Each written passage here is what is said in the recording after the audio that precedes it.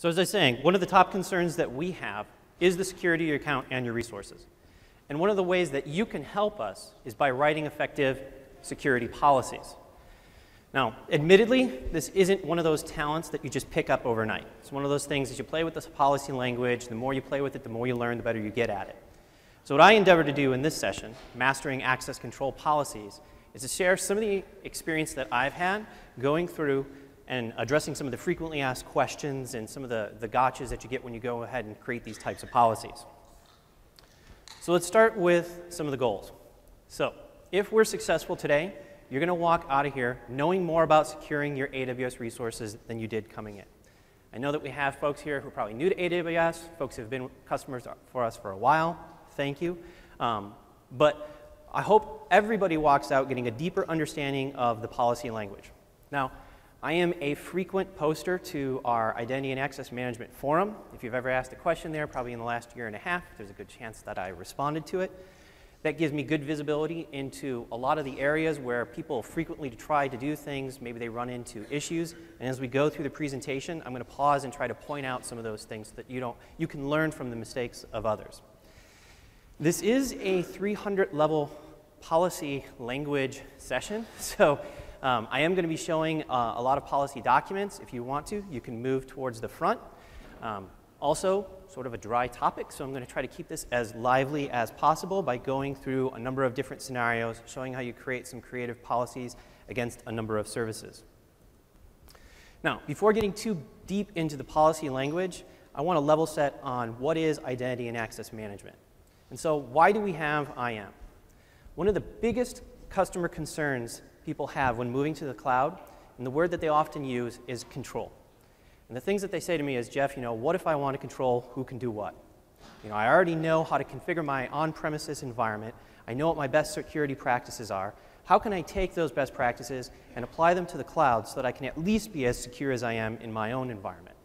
And then the question I get oftentimes is, what if someone leaves my company?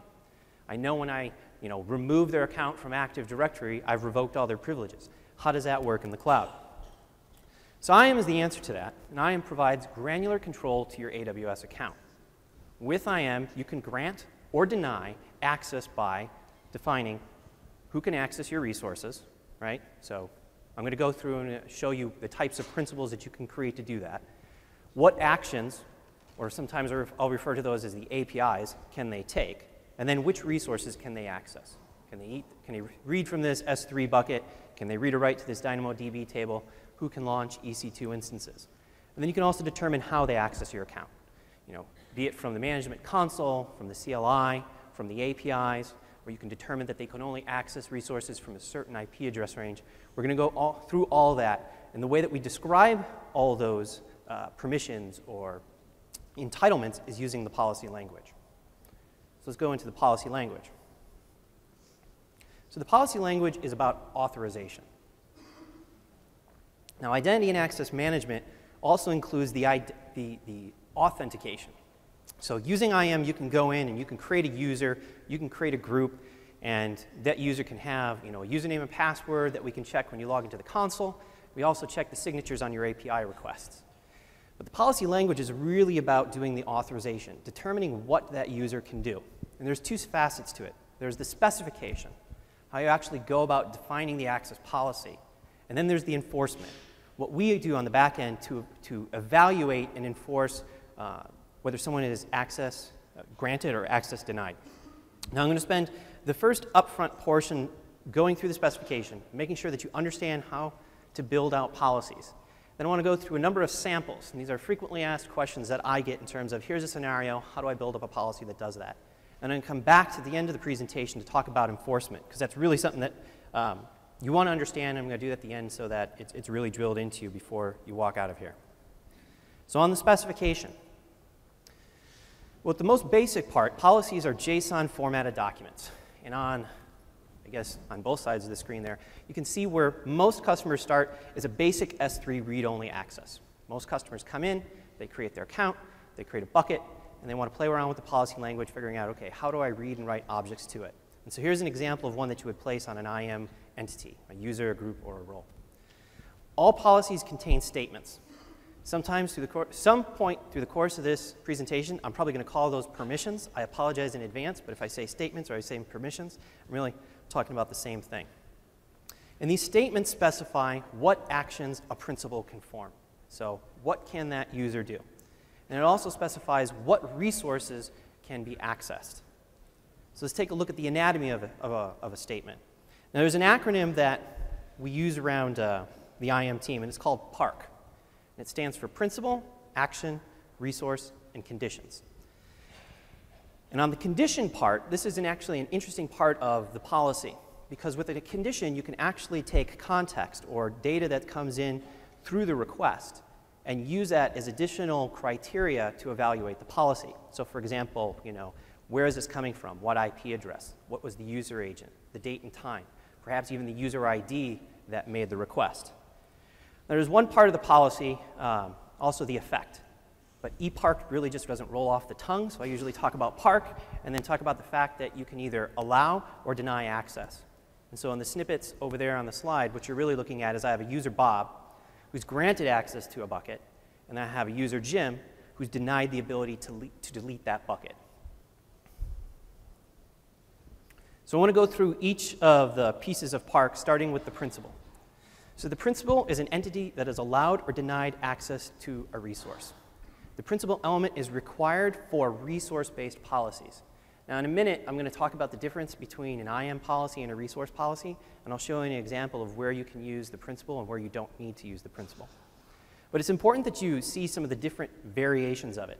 So once again, going to the first thing that people do. Usually they go in, they create a website on AWS, they store some images or something in S3, and they want to make those publicly available. And so what you're going to use there is probably the principal star here, which grants anonymous access.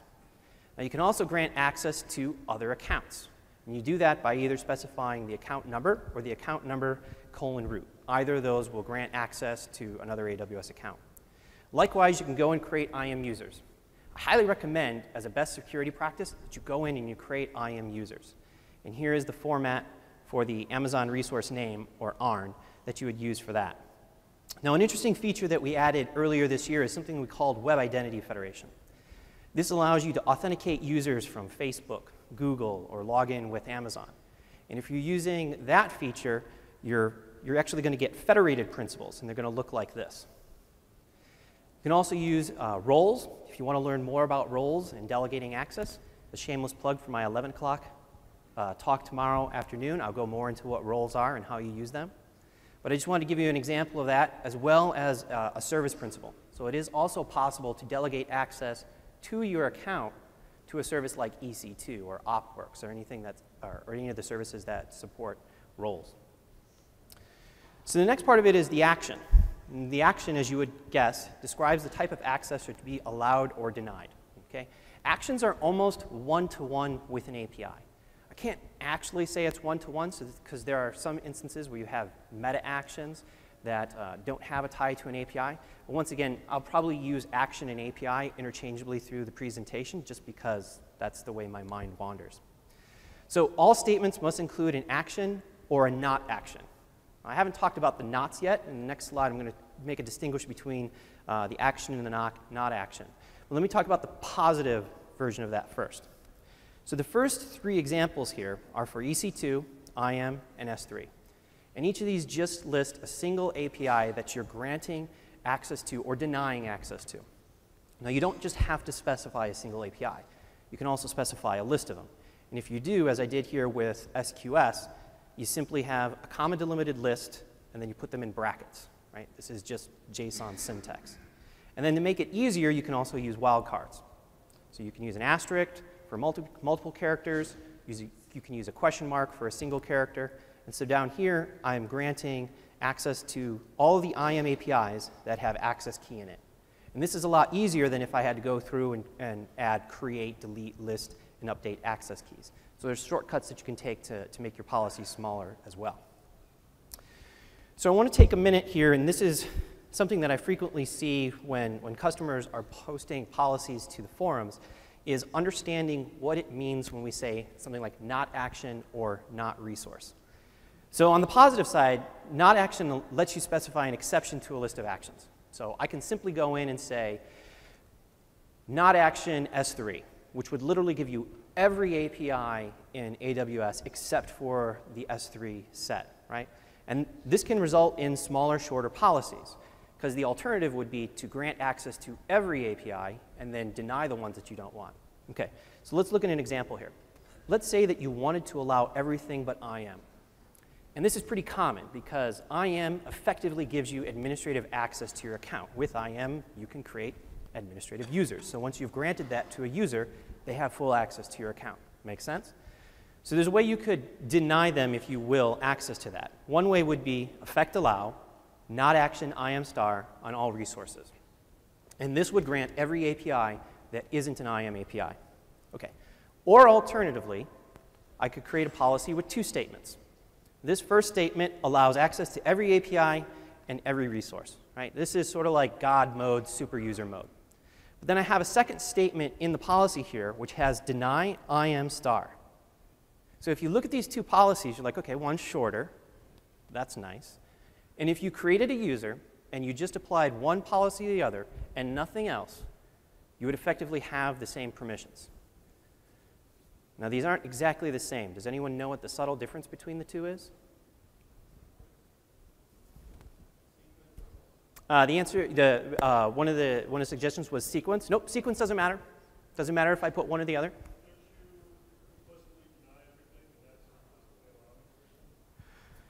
You're on to the right track.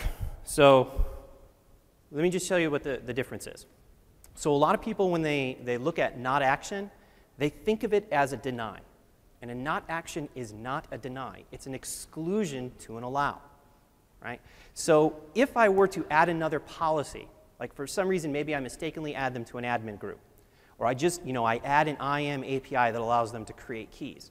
A lot of times people merge those policies together and they expect that, oh, I have not action there, that will disallow the person from calling it. But actually, it's the union. It's the union of those two policies. So if you granted them another policy that gave them IAM access, they would in fact have it.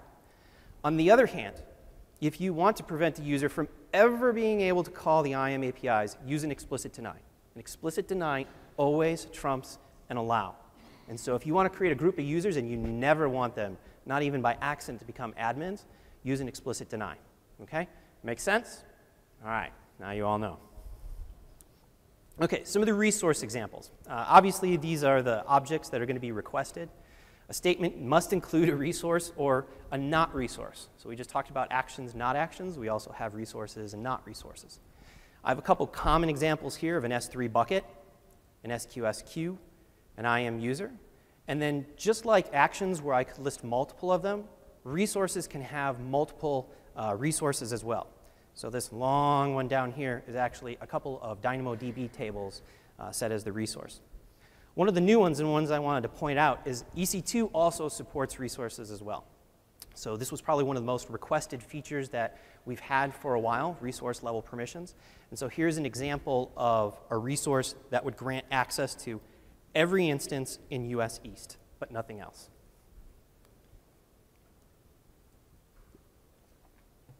So when you first get started with IAM, what a lot of people do is, logically, you switch to the IAM tab, right? You create a user, you create a group, maybe you get a little bit more sophisticated, you create a role, and you start creating policies on them, okay? Those are what I'll refer to as IAM policies. Now, for select services, S3, SNS, and SQS, you can also store a policy on a bucket, a topic, or a queue. Okay, now I talked about where the principal is required or not required. If you're creating an IAM user and you're putting a policy on the user, we're pretty certain you want the principal to be the IAM user. So there you don't have to explicitly specify that the principal is the user you're attaching it to. But in the case of here, where I'm showing you a policy that's attached to a queue, you have to let the service know who you're granting access to. And so here is just a simple policy, allows calling send message on this queue for our fictional account 1s, 2s, and 3s. So the final part of the Parcc model are conditions. Now, conditions are optional, but they're great because they allow you to specify the additional criteria which must evaluate to true in order for the policy to evaluate to true. So condition elements can contain multiple conditions. So here I have a condition element. There's one condition with a key that must match a value, and then I have another condition that needs to match a value. Now, it's also possible for condition keys to contain multiple values. And when you have multiple values within a single key, we treat these as a logical OR. Okay? Now, it's also possible to have multiple conditions or to have multiple keys in a single condition. And when you do that, the conditions are evaluated as a logical AND. So the way that you would read this policy is it would be true if key 1 evaluates to any of the 3 values, if key 2 has a value of 2A or 2B, and if key 3 evaluates to value 3A. Okay, that's in the abstract. I'll let you take a picture. I know sometimes people like to see real examples. It kind of makes more sense. So here's a little bit less complex of a policy. But the way that this was to be evaluated is on this certain date, and I have this as 8/16, this policy will evaluate to true if the time is after 12 p.m., if it's before 3 p.m., and the request comes between either of these 2 address ranges. Okay, so here's a real example of how you would have ands and ors inside of a condition. Okay, so that's the basics. Let's get into something a little bit more sophisticated. Earlier this year, we introduced policy variables. Policy variables are a godsend. If you're not using policy variables, you should be, because they make your life easier. They also enable a bunch of use cases that were really, really difficult without variables. So for example, let's say that you want to create your IAM users. You don't want to give them admin access, but you do want to give them the minimal amount of permissions to be able to manage and rotate their own keys, right? Likewise, if you're using MFA, and you should all be using MFA, if you're going to use virtual MFA, it's sort of hard for the administrator to get a hold of the guy's cell phone to enable that. And so that's also something you might want to delegate to one of your users with a policy. Another common request I get is, how can I set up a home folder? I have thousands of users. I'm not going to create an S3 bucket for each of them. How can I create a single bucket with a folder-like structure and then lock a user down so they can only read and write to a certain prefix? And last but not least is, how do I manage EC2 resources? And now that we have tags and we have resource level permissions, variables make that a lot easier as well. So variables come from the request context. So what does that mean? When the request comes in, there's data. And part of that data we can elevate in the form of a variable. Now, all of the existing condition keys, we looked at source IP, we looked at date and time, right? All of those can become variables that you can use. The other thing when we introduced this feature is we added new context keys, like AWS username, AWS user ID, and principal type. I mentioned Web Identity Federation, right? That's a whole different type of identity. And so with those, we added provider-specific keys, like the ones for Facebook or Amazon. And then as you go through different services, services are going to have different condition keys. So this is one of those areas where it's not possible for me to list all of the combinations that you can use. You really want to go to the documentation and look what keys are available for you. So I want to talk about the anatomy of a policy with a variable. And this is for the folks I told you I was going to show you. Hopefully you can see that in the back. If not, I apologize. The first thing I'm going to point out is the version number. I cannot tell you how important it is to put the version number in there. As I was testing this feature, I kept creating policies. I kept forgetting to put the version in there. I kept running to my developers saying, it's broken. And then they walk over there, slap me on the head, and they said, you didn't put the version number in there. So if you have been with us for a while, you probably have existing policies. And by default, the policy editor didn't put that version number in there. And so if you're going to go take an old policy and you're going to start playing with variables, please go put the version number in there, because you're going to save yourself a lot of frustration. The version number is what tells our interpreter that it's a variable and not a literal. So if you don't put the version number in there, it's going to treat it as a literal. OK, I've said enough about that. So here's an example of a variable. It's literally the condition key wrapped in curly brackets, fronted with a $sign. And you can use variables in conditions, or you can use them in the relative portion of an ARN. So here I have the prefix. The prefix includes a folder. It's going to end up being populated with the user's ID. And then likewise, when I have the full resource at the bottom there, it's going to be replaced in with the user's ID. Now what this policy does is it grants a user a home directory in S3 that can be accessed programmatically. I say programmatically because a lot of people go and they create this policy, and then they switch over to the S3 console, and they go test it, and they get access denied. and they don't understand why. And so that's the next thing I want to do is actually get into how you go ahead and create a home directory. So I'm going to show you this from two places. I'm logged in my account here, and so I have full access. And then in another browser, I'm going to show you Bob. You're going to hear a lot about Bob today. And in here, I have a bunch of S3 buckets. And I have this test bucket. And there's a folder-like structure, like you can see. Any minute now.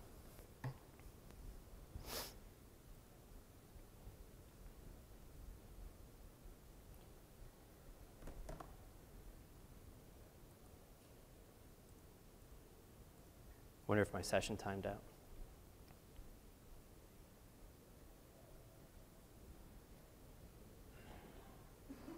Yep, that always happens.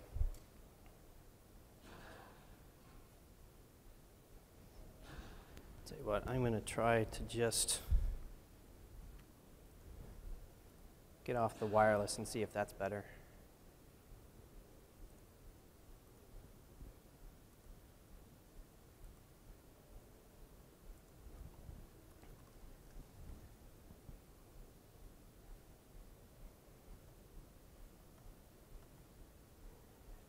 You guys know if the plugged-in cable actually works? Anybody? All right. I'm going to get off that, and I'm just going to switch back to Wi-Fi then.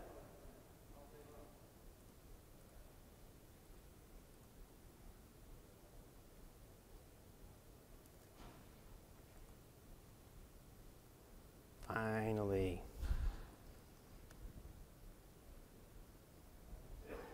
Okay, so I'm going to go back into S3.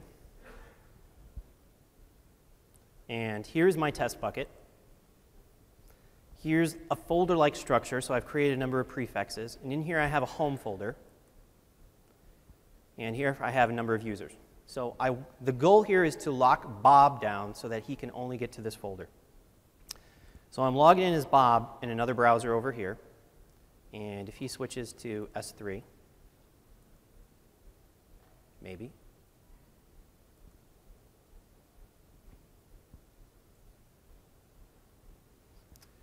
Bob can see all the folders.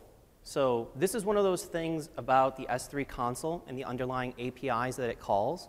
There's certain things that you need to be able to share with the user. So while the user here can see all these folders, trying to log into them is actually going to result into an access denied. But what Bob can do is he can drill into my test bucket, can't get into the development folder, can get into the foam folder, can't get into my folder, but he can go into his folder where apparently Bob likes to keep pictures of my daughter. So how do I go? Thanks. So how do I go about setting this up? Now, let me just show you how a lot of people start. So a lot of people logically go over into IAM, go in, I'm going to create a group, my S3 group. And there's some templates that you can choose from. Like if you wander down to the S3 one, there's a lot of templates. Somewhere in here I passed it.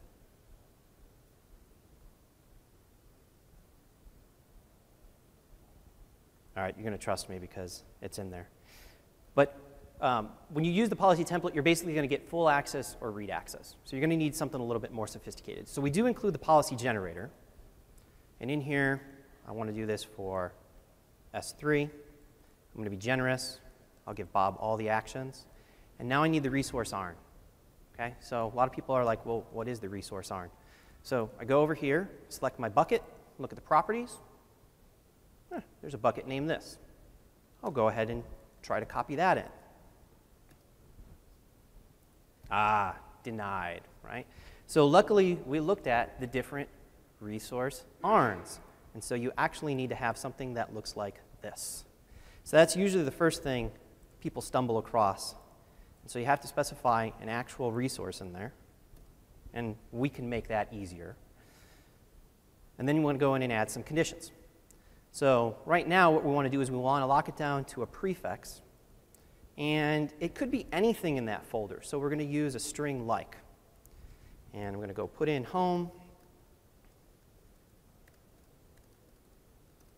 Bob, give him star access. And that's going to generate a policy that looks something like this. Now, it's, a good-looking policy, but this isn't going to give you the level of access that you need, okay? And there's not that it's a shortcoming of a designer. Yeah, that's just an even another worse mistake. But even if I didn't do that, even if I went back and I corrected that, this wouldn't give you the level of access that you wanted to. And the reason is that you need to understand what's happening under the covers with the S3 console. And you only get that by coming to a session like this, or reading the documentation, which I know you all do. So I'm going to go over here, and I'm going to go back and look at the groups that I already have. And luckily, like any good cooking show, I've already kind of created one. This is my reinvent home folder. I can go and I can look at the permissions here, and you're not going to be able to see that in the back. But you can see it's a little bit more sophisticated that you need to create the policy than the one that I generated quickly with the designer. Now, I knew a bunch of you weren't going to be able to see that, so I put it into a slide. So the first thing you need to do is what? Use the version number, right? Because we're going to be using variables for this. Now there's 4 statements that I've broken up into 3 chunks. The first part that I want you to take a look at is how do you get access to the S3 console. The first thing the S3 console does is it calls list all my buckets and get bucket location. And it does that for all your buckets. That's why when Bob logged in, he saw all those buckets by default. The next thing you want to be able to do is make sure that they can see the folders. I can see the folders in root, or I can see the folders under home. And here the condition is string equals. Okay, it must equal those 2 things. That's all that Bob can see. The next part of the policy is about allowing listing all the objects in that folder and all of its subfolders. So here I have a similar. It's for list bucket. It's for this bucket. But here I'm doing a string like. Right, so I broke this out into a separate condition because you see this is string equal and this is a string like. And this is for anything in Bob's bucket. Now the list bucket API takes bucket as the object that you're going to call on it. And then it uses the prefix as a qualifier. The other APIs work a little bit differently. And this is what allows modifying objects in the subject and the subfolder. So here I kind of got lazy and I just get S3 star. But if I wanted to, I could put object, get object in there. And those types of APIs actually take the full resource name. So once again, I'm granting access to the root of Bob's home folder and anything in there so he could create subfolders. And so this is the basic policy that you need to use if you want to go ahead and create that home folder-like structure for your users. So that's the first scenario. The next one I want to walk you through is allowing an IAM user to manage their own secrets. And so once again, I'm going to go over here, logged in as Bob, and I'm going to switch over to the IAM tab. Now I'm going to show you the dashboard. If you look at the dashboard, you're going to see a bunch of errors. This is a good thing. Bob does not have access, right? So you want to see that he has access denied. And in fact, if Bob goes into the groups, he can't do anything there. If he goes into the roles, he can't do anything there. He goes into the users, and he starts to see some information, limited information. So one of the things that the IAM console does is if you want to be able to share the details of a user, they need to be able to list all the users in your account. So while Bob can see the list of all the users in the account, it actually looks like every user is not a member of a group, they don't have passwords, and they don't have access keys. And that's because he doesn't have access to see what those users have. So in fact, if I go in here and I click on myself, I know I'm a member of admin groups. I know I have access keys. I know I have a password, but Bob has no idea. So I can uncheck that, and I can go over here, and I can switch to Bob. And for his account, now I can go through and I can see, oh, I don't have any access keys. So maybe I want to empower him so he can go in there and he can create his own access keys, right? Likewise, I want him to be able to manage his access keys because he's a developer on my team. So later he can go in, he can inactivate them. If he wants to, he can go in and he can delete them. And there's nothing I need to do for that user. He's fully empowered to take care of that himself. So how did I go ahead and build that policy? So for this, I created two groups. The first group grants access to the IAM console. As I mentioned, these are the underlying APIs that the console uses so that you need to grant access to them so that they're able to log in. So the first of them is just allowing them to list users. So Bob can list users, see their names, and that's it for any user in my account. The second permission I'm giving him is the ability to get user, get login profile, username and password, list the groups, or list their access keys. And for here, I'm going to use a variable again, because I don't want to have to create a policy for each one of my users. So that's the first policy. And then the next policy is actually pretty simple. I create a policy where, once again, I allow him to call any of the access key APIs. And if you're using signing certificates as one of your secrets, you can use that as well. And then I'm only locking this down to a resource, which is Bob himself. And of course, if you want to change the actions there, you can be more explicit about it, or you can remove stuff that's in the action. So the next one is allowing an IAM user to self-manage virtual MFA. So once again, I'll go in. I'm logged in as Bob. If you look down here, Bob has a multi-factor device associated with his account, because we all use MFA, right? Right. OK. So Bob is fully empowered. He can go in here and he can resynchronize his device, right? Or he can go in here and he can deactivate his device. Likewise, if he wants to set up another one, he can set up a virtual MFA device. Go ahead, take photos. And he can go in and he's fully empowered. So the scenario here, of course, is you want your folks to use MFA. They're probably going to use virtual MFA. And if they're going to use virtual MFA, it's probably going to be from their cell phone. So it's a lot easier to allow your IAM users to do that for themselves than it is for the administrator to have to visit everybody, get their phone, and set that up. So that's another common scenario. And the way I did that, oh, sorry, I got to switch over to my account. The way I did that is I created a reinvent self-manage MFA policy. Of course, it's much easier to see in slides, so I'll blow that one up for you. So this one has three parts. Knowing what to grant for MFA, this is documented now. You can go and you can read the documentation, but just to give you an idea, this is in three parts. There's the ability to create the virtual MFA device and delete it. And this is actually done on an ARN, which is MFA, whack the username. Okay? There's a separate set of APIs that are deactivate, enable, list, and resync the devices. And these are done on the user itself. So you can't combine those. You have to have separate statements. And then the third one is just the ability for the console to be able to list all the devices. And in that case, you're just going to give list virtual MFA devices, which is a read-only API. And you're going to grant that for everything for all the MFA. And that's the simple policy that you need to do to grant that piece. So I do want to spend some time talking about Amazon EC2 Resource Permissions. I don't know if any of you had a chance to go to Derek's session earlier this morning. He went into it in depth. I'm going to cover it with my own flavor. So what changes with the EC2 permissions? So previously, if you were using EC2, policies applied to all EC2 resources. Now permissions can be set on a per resource, right? So for example, I can go in. Let me actually go into the next slide, because I think this demonstrates it pretty well. This is what the policies looked like before. If you gave somebody the ability to terminate an instance, they could terminate an instance anywhere in your account in any region. Sad face, right? With EC2 resource permissions, now you can do interesting things like tag it. So I could tag this with a department, and I could say, well, you could terminate instances, but only if they're tagged with dev. So that's pretty good. Or I can go one step further and say, not only do they have to be tagged with dev, but they have to be in US East. And if I really want to go into lockdown, I can say, here's your instance. This is the only thing that you can terminate. So we have a lot of levels of granularity that you can use with EC2 resource permissions. We have support for a lot of the resource types, but not all of them.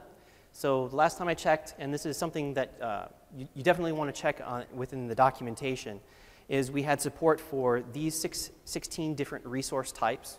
And this list will grow and change over time. So I mean, you can take a photo, but it'll probably be out of date in a couple of weeks or so. And then one thing that's important to understand is the APIs that are currently supported. Okay, so EC2 Resource Permissions are still evolving. We're still adding resource types that are supported. We're still adding APIs that are supported. And you have to take that into consideration when you're creating your policies. So for example, we have a bunch of the delete APIs. You can see them on here. And then the ones that people typically ask me about are the EC2 instance APIs. Start instance, stop instance, reboot instance, terminate instance. We don't yet have run instance. I have it on the list because I'm told it's coming soon. I don't know if that's this week, next week, but hopefully in the near future we're going to have that. And this is a list that I pulled from the documentation, and it's fresh as of today. So another great way to categorize your resources is using tags. So tags before were a great convenience way to organize your instances or be able to view them and list them from the management console or the CLI. It now becomes a great way to also enforce security. So if you already have your instances tagged, you can now take advantage of them in your access policies as well. So for example, I can go in and I can tag something as production or development. For larger companies, a lot of people will want to go in and say, these EC2 instances are associated with a certain department or a certain cost center. I'm going to show you in the next demonstration how you can use Amazon EC2 resource level permissions and tags to be able to prevent a user from doing something. So in my account, I have my reinvent EC2 owner group. And in there, let's see, I'll show you. I have one user. It's Bob. And Bob has the following permissions. Okay, so there's two statements. I'll get back to this in a slide just so it's human readable for everybody, but I just want to show you that this is live. And then over in EC2, I have a set of instances in here that are all currently stopped. Okay? Now let me show you what Bob's view of this world looks like. So I'll switch over to EC2. Actually, let me go to the dashboard. And one of the things that you'll notice is I was very generous with Bob. I gave him access to all the read-only APIs. Okay? So he can describe anything, he can go in and he can view the environment. Now when it comes to actually modifying the environment, that's where I've locked Bob down. So I'll go in there. I don't have any current running instances. I have some instances that are tagged either with myself or Bob. And this is probably worth showing. Like, I'm sure many of you are aware of this, but if you're not, when you go in and you add a tag, you can hide or show the tag. And so that's a great way of seeing it in the console. You can also sort on that. And then, you know, Bob doesn't need to see anything that isn't Bob, so he can actually go in there, apply a filter, and he only sees the instances that he's an owner to. Now, Bob can go in here and he can grab this instance, and he can start that instance, right? I'm going to undo the filter. If I go in here and I look at this one, well, this one's owned by me. So if Bob tries to go in and start that instance, he's going to get an error. And it doesn't matter how many times he tries, he's going to continue to get that error. So in a minute or two, this instance is going to be booted up. If it finishes in time, I can actually show you how Bob has the ability to stop or terminate the instance. That came up pretty quick. So now I can go in. Bob also has the ability to stop that. So I just paid for an hour of compute to show you how I could start and stop an instance. So how did I go about setting that up? Here's the policy. It's broken up into two statements. Now, I mentioned this in the slides, and I'm going to reiterate it because there's actually been a lot of people who have posted in the IM forum, I'm sure more in the EC2 forum, about how to set this up. And the question typically comes in, how do I lock a user down to a region, or how do I lock a user down to a tag? Now, not all APIs yet support full resource names. Okay? A full resource name looks like this one in red here. So what a lot of people will do is they'll create a policy. and the action will be, or the effect will be allow, the action will be EC2 star. And then they go in and they create a resource which is very specific to a region. That's not going to work. It's not going to work because EC2 star includes APIs that don't yet support resource level permissions. So until we have 100% parity between the APIs, the resource types, you need to know those and break them apart. And this is where the documentation becomes your friend. So what I've done here is I've taken all of the read, and I've given this a SID, kind of like a comment. This is my allows all EC2 read access. And this is the describe APIs, the elastic load balancing describe APIs, and everything you would need to be able to see within that environment. And all of these APIs must have a star resource. So if you want to give your users read access as of 11/13 today, you want to make sure that you have a policy that looks like this. Now for locking it down, how did I lock Bob down? I went in and I specified the APIs that currently support resource permissions, these being reboot, start, stop, and terminate instance. And here I was very specific that this can only happen for my account in US East. And this can only happen if the owner tag matches his username. And of course, for simplicity, I'm using variables. Okay? Make sense? Great. So the next time you visit the forums and someone asks this question, you can go out and you can tell them how to create a policy that locks down EC2. Probably one of the toughest questions I've had in the last couple weeks. So yeah, just to point out some of the things, the new version is required. This is what allows seeing everything from the EC2 console. This part here is the tag that must evaluate to true, and then of course I use variables for convenience. Okay, the last topic in terms of demonstrations and specification is around DynamoDB. And DynamoDB in the last 2 weeks added something that they called Finegrained access control. Has anyone played with this yet? It's a very exciting feature. In the past, it was sort of like EC2. You create a policy, and for the APIs that you granted them, you had access to the entire table. Now with fine-grained level permissions, it's possible to filter these horizontally or vertically. So if you think of a DynamoDB table as like a traditional table, right? You can kind of think of it as having rows and columns. And so using fine-grained access control, when you get the results back, you can query, these are the rows that you can see, not all of them. Or here's the certain columns or attributes that you're able to see. And of course, then you still have the basic ability of specifying what actions or APIs they call.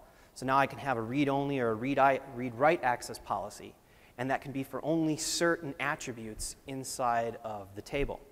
And this is really good for some of the mobile scenarios where maybe you're building a mobile game, and the back end of the game is a leaderboard or something coming from DynamoDB, and you don't want your players to be able to figure out a way to overwrite their scores, right? So you can lock this down to individual rows. And so the way this actually works on the back end is we grant or deny access to individual items by hiding the table or the index information. And so I mentioned you can kind of do this, you can think of us doing this horizontally or vertically. And the way that we enable that is through conditions. And so DynamoDB introduces some new condition keys that you can take advantage of. One of them is the DynamoDB leading keys. So this is, if you want to allow filtering on the row, is a good way of thinking of it. This is how you access items where the hash key value matches a unique identifier. So going back to my example of if I was building a mobile game and my users were logging in with their Facebook account, I might say that you only have access to data where the hash key matches my Facebook ID. And so therefore you can guarantee that users only have access to their own information. Now you also may be creating that game, and maybe it's a freemium game, where if they haven't paid for it, there's certain attributes that they have access to, or if they've paid for it, there's additional attributes that you can expose to them. And so if you want to be able to filter on that, you use the DynamoDB attribute. And this is for that filtering of vertical slice of the table, if you will. Now, there's also a string equals if exists clause. And what this does is it ensures the app must always provide a list of attributes to act on. Because what you don't want to do is get into a scenario where the app is actually requesting something. And there's some certain, this is definitely one of those things where you want to read through the DynamoDB documentation on how to do this accurately. Now, one of the things you must absolutely do is include the primary and index keys in there if you're going to use the attributes. because that's what you're going to be querying on. And so if you don't grant access to that, it's a non-starter. So let me show you what they've done in their tooling to make this easier. So let me switch over to DynamoDB.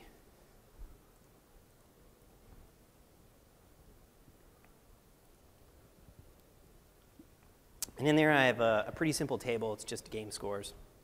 And there's a new button up here. Where is it? Called Access Control. Okay? And this was built with Web Identity Federation in mind. So you can choose the provider that you're going to go. I'll choose login with Amazon. And maybe I just want them to have access to the read APIs. And then I only want them to have access to specific attributes. Now, it added the primary, the leading key, the hash key, by default, because I mentioned you have to do that. So the designer is actually pretty friendly, and it adds that. But I could also go in and say, well, I want to add the wins attribute, the losses attribute, maybe the game scores. And then when I click Continue, it's going to generate the policy for me. And so I don't have to worry about the formatting or anything. Now what you do with the policy, and this is how it works today, is you need to create an IAM role that's associated with it. So for here, I'm going to switch back over to the IAM console. I'm going to go to my roles. I'm going to create a new role. And I'll call this my DynamoDB role. Or my DDB.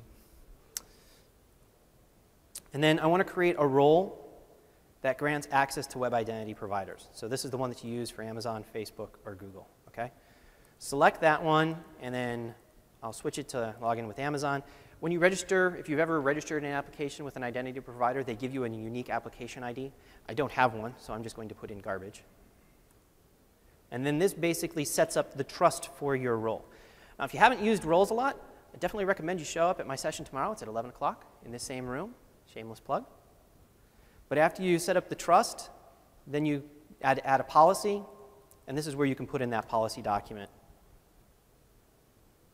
That's where you get your policy document from DynamoDB. And so then you'd click Continue, and you can go ahead. Oh, gotta give it a name. And you can go ahead and you can create the role. So what this looks like, once again, I'm using variables, so you have to have the version number up there. This is where I'm going to filter not only the rows, but also the columns. So I'm using the DynamoDB leading keys, and I'm going to filter on the user's ID. And so I'm using the provider-specific key that you use if you're using Amazon as your identity provider to filter those rows. And then I'm only going to return back attributes, these specified attributes. And then the string equals if exists is what prevents the application from selecting any attributes that aren't on this list. If the app were to try to select anything that was on this list, you would get an access denied because that condition would not be held true. Oh, and one note, I put this in here. This was in the documentation, and I thought it was worth mentioning. Note that up here in the APIs that I put in here, I didn't include scan. That's because scan would provide access to all the leading keys. If I had access to all the leading keys, then of course I could go through and I could request for any user ID. So that's one of the APIs that I left out of the list. And like I said, it's very comprehensive. If you want to learn how to do this stuff right, the DynamoDB documentation did it pretty well. I read through it a couple times before I got prepared for this presentation, so I highly recommend that you do the same. Okay, so I got just under 10 minutes, and I told you I was going to go through the specification. I want to go through some demonstrations, and now I want to end up with enforcement. So remember, policies can come from multiple places. You can store them on users, you can store them on roles, you can store them on groups. You can also store them on resources if you're using S3, SQS, and SNS. One of the things I haven't talked about yet, but I will talk about more tomorrow, is that you can also pass policies through federated users. Okay? When we go and we evaluate the policies associated with a request, we look at all of that. Okay? And then we take the composite of all the policies that apply to the user that's making the request, and we determine whether they're allowed or denied. And keep in mind, denies always trump allows. and I think someone over here said it earlier, if you don't grant and allow, the request is denied by default. So instead of assuming that you have access and then revoking access, we just assume you have no access until it's been granted. And then once again, we take the union of all the policies that are associated with that, IAM user, role, or federated user. So this is the logic that we literally walk through to determine if a request is allowed or denied. So the first thing we do is we start with a deny. We just assume that by default, we're not giving you access. And the next thing we do is we go through and we retrieve all the policies associated with the user and the resource. Only the policies that match the action and condition are evaluated, right? So if you're looking for something else, we filter out all those. And then the first thing we do is we scan for a deny, okay? If there is an explicit deny in any of the policies associated with the request, you're denied. It doesn't matter if you have 100 allows. If you have one deny, that request is denied. And then we go through, okay, there was no denies. Are there any allows? Yep, we found no allow. Once we hit that first allow, we grant you access to the resource, right? Because we assume if you haven't been denied and you've been granted access, you should have access to that. No denies, no allows. As I mentioned before, we go back to where we started. By default, you're denied. So by default, we have an implicit default denial if there is not a policy that is associated with the request. So one tool that we've released recently is the policy simulator. It's just policysim.aws.amazon.com. If you forget that, and you are in the management console, if you go in the IAM dashboard, we added a link down here, so you don't have to memorize it. You don't have to take a picture if you don't want to. And you can click here and you can go to the policy simulator. The policy simulator has two modes. Where do I got it? Here it is.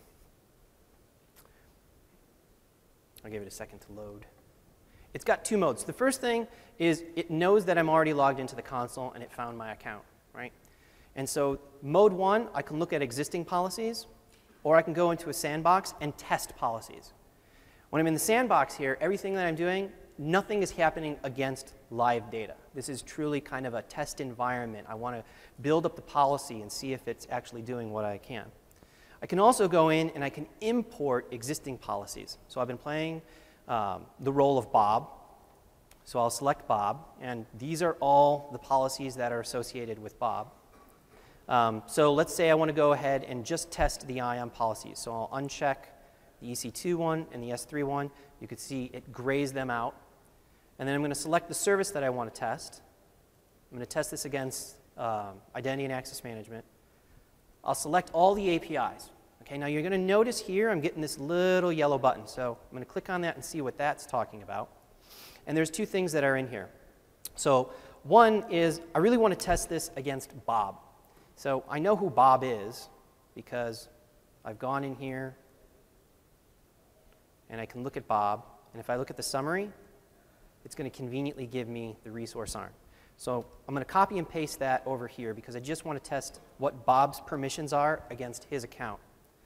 And then remember, I'm using variables in a lot of my policies. So the simulator needs to know what should I put in that variable when I'm running the test.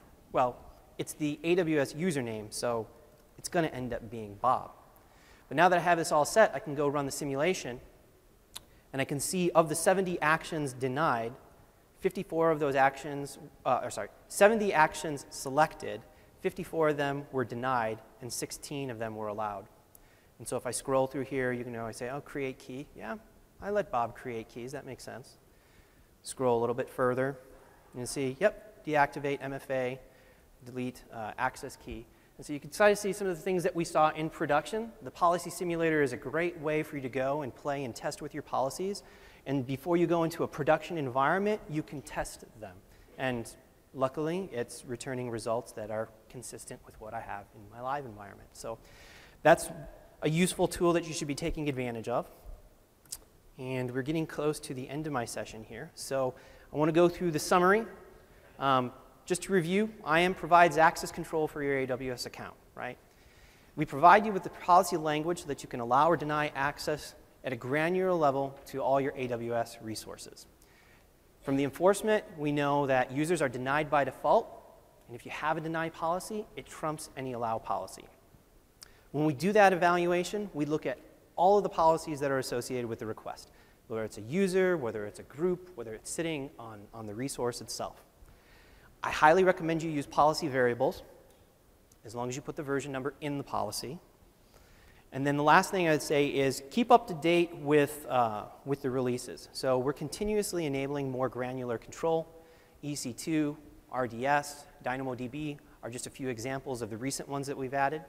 I have some additional resources here. Our detail page, obviously you can get information, but we generally put announcements in our forum, in our security blog, and of course if you're following us on Twitter, we'll make all announcements that are security and IAM related as well. There was a bunch of sessions that covered IAM today. If you weren't able to attend them, I highly recommend you go back and you watch the video webcast. I believe all the sessions are eventually going to be published to YouTube. Once again, I have a session tomorrow at 11, so if you liked listening to me talk today, you want to come back tomorrow, same place, 11 a.m. Also, if you want to come to the security team, this is me and the rest of my peers. Tomorrow at 4 p.m. in 3605, just upstairs, we're going to have come talk to the AWS security team, so you can come and you can ask additional questions. With that, I want you to, first I want to say thank you for sticking with me through the full hour. I know security policies might not be the most exciting topic. Well, maybe not for you, but certainly it is for me. I do also would appreciate if you could take the time to provide feedback. We're constantly improving the show. I'm trying to constantly improve the content and the way that I deliver that content. So if you can provide feedback, it really does help us improve. And so with that, thank you. Oh.